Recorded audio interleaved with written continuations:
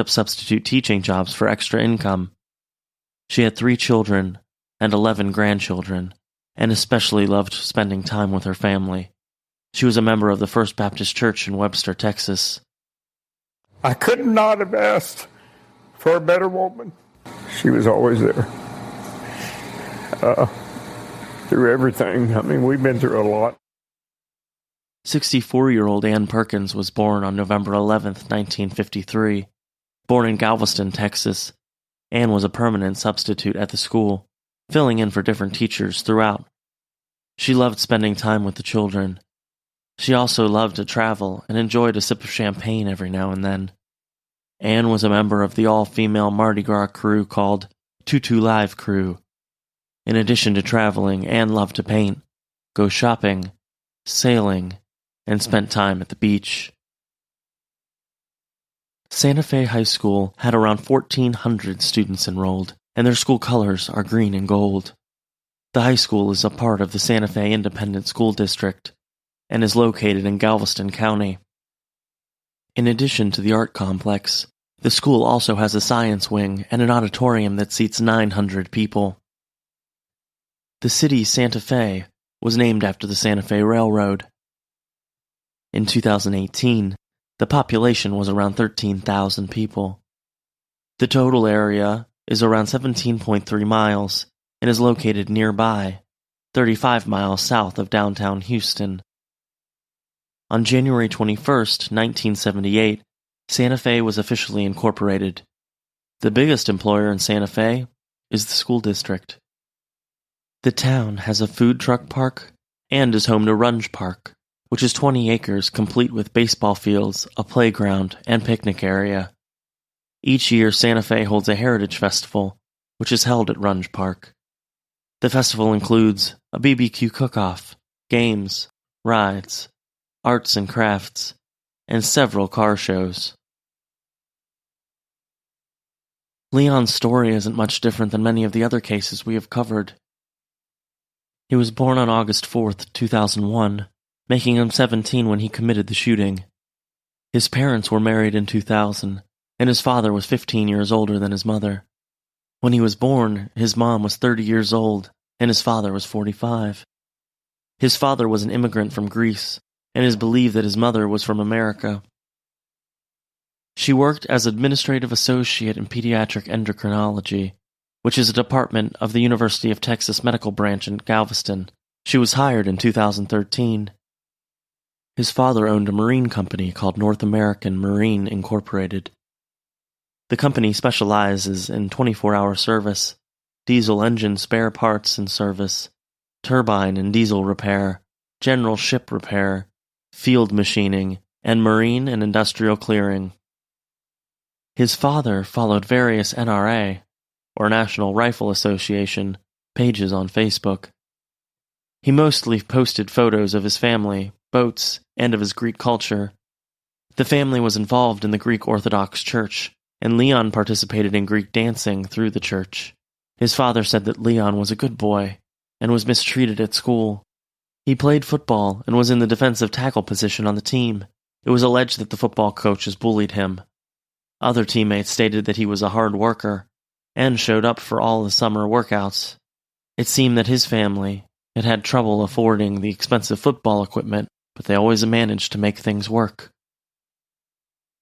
While many of the shooters we have covered may have been described as being a loner or an outcast, that doesn't seem to be the case with Leon. He had friends.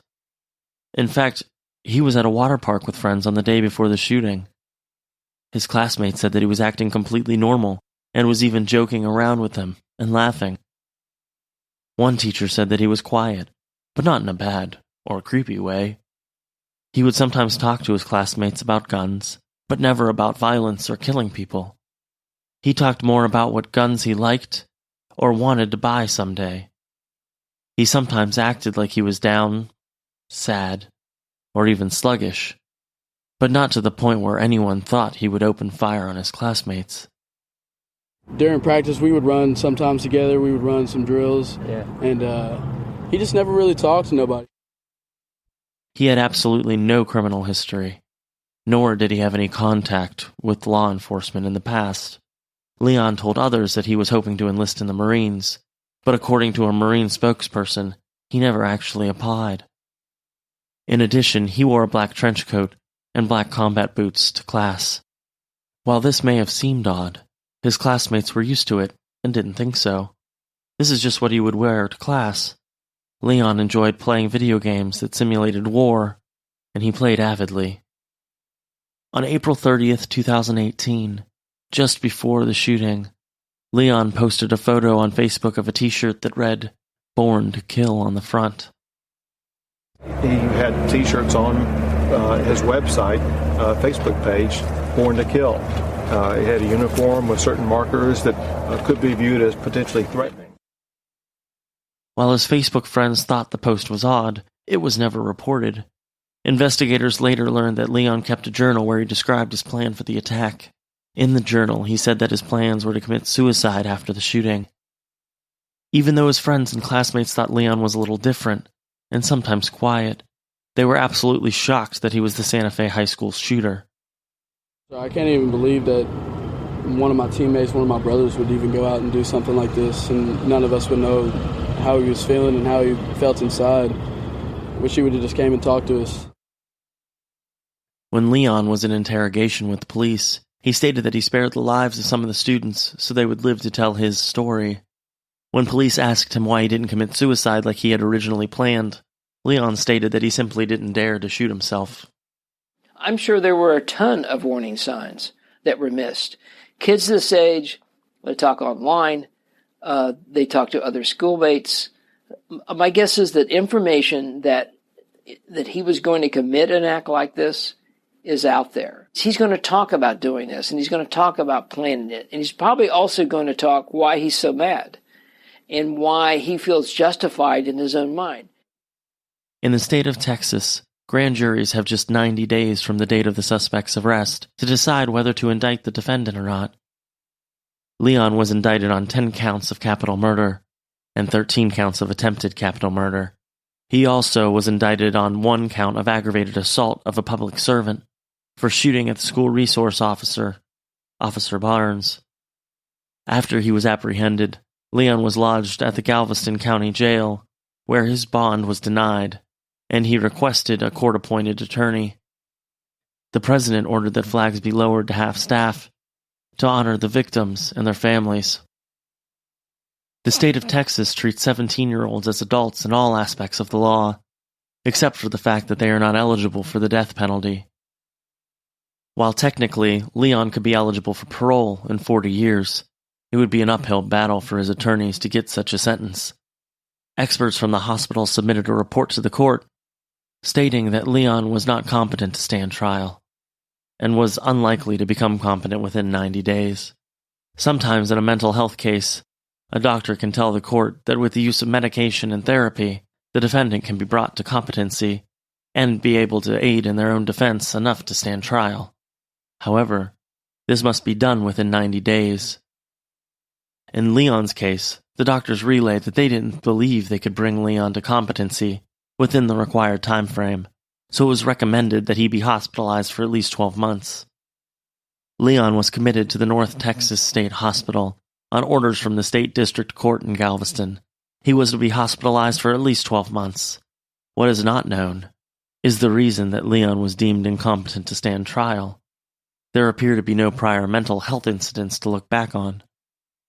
While doctors are attempting to bring Leon to competency, several of the victims' families have filed lawsuits against Leon's family. You see, the firearms that Leon used in the shooting were legally owned, not by Leon, but by his father. There are 2 weapons. One was a shotgun, and the other is a .38 revolver.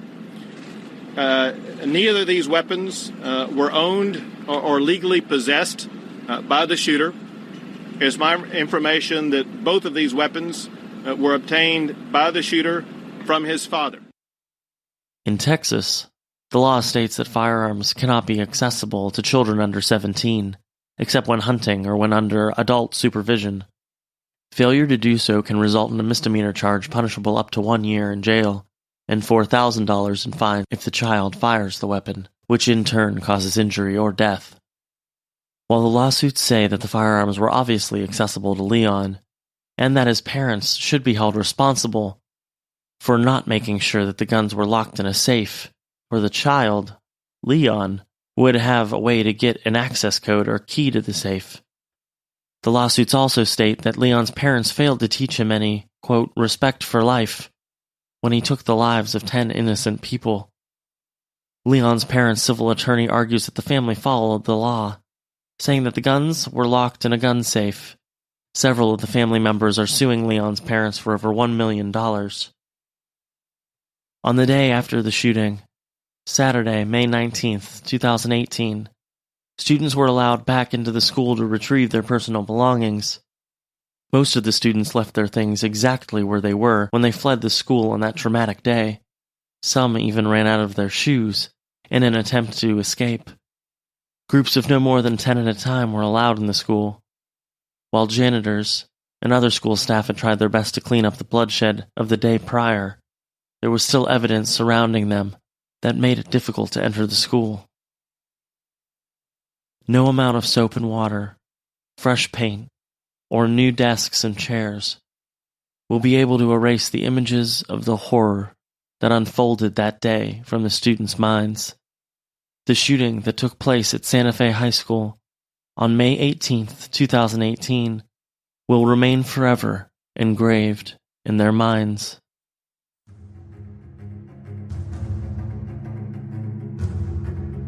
Thank you for listening to today's episode of Active Shooter, the podcast. Remember, if you see something, say something. There's no telling how many lives you may be saving. A huge thank you to Darren Curtis, who composed some of the music used in this episode. Check him out at darrencurtismusic.com. DARRENCURTIS music.com.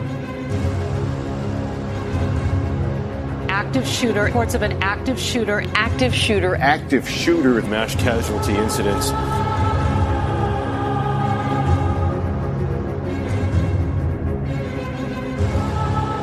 Make sure to check us out on social media. We have a discussion group on Facebook. Just search for Active Shooter, the podcast discussion group.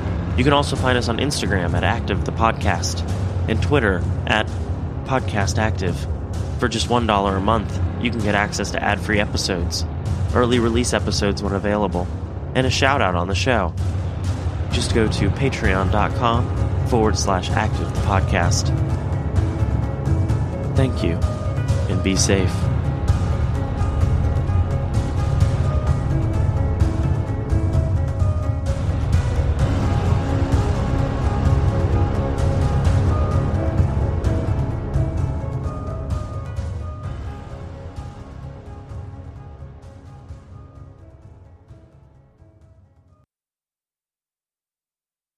Victimology, the study of the victims of crime and the psychological effects on them. Join me, Melissa Lee, a criminal justice student, as we discuss various true crime content and victim stories, oftentimes with their loved ones and advocates.